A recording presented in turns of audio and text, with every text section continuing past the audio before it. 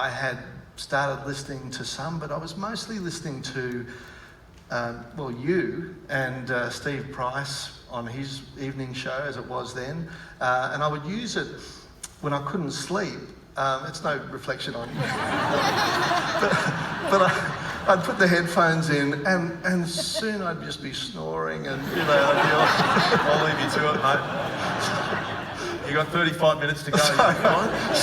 Sorry, or dude. you can just do the recording stuff. I think it was more Steve than you. I'm sure it was. Yeah.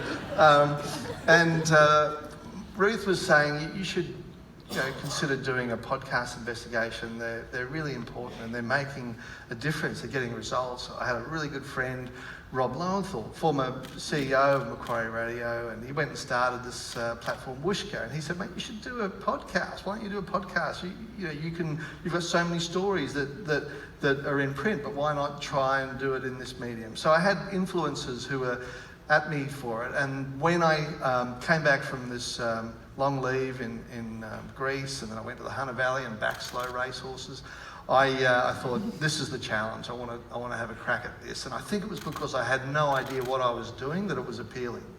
There are a lot of media bosses in the room, so I will just take the opportunity too to say that Paul Whittaker, the then editor of the Australian newspaper who now runs Sky News Australia, was the guy who said you can take all this time off your day job to focus on one story, and you don't get a lot of that these days. So he gives you the time off, you dust off the box, you start going through what you had, and then I'm guessing you start making phone calls. Yeah, that's right.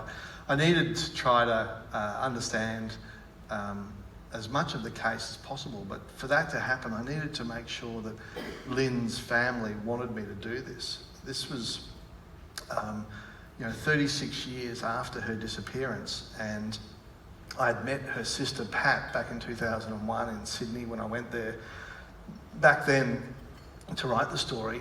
And I'd had some limited contact with them over the years, just keeping tabs on it when there would be a news story and so on. But I wanted to know that they wanted me to do this. I had to have their cooperation. I don't think you can start something like this where you give 100% and more, putting everything else aside, even your own family, while you get obsessed with a case like this, unless you know that the persons who are closer to it than you are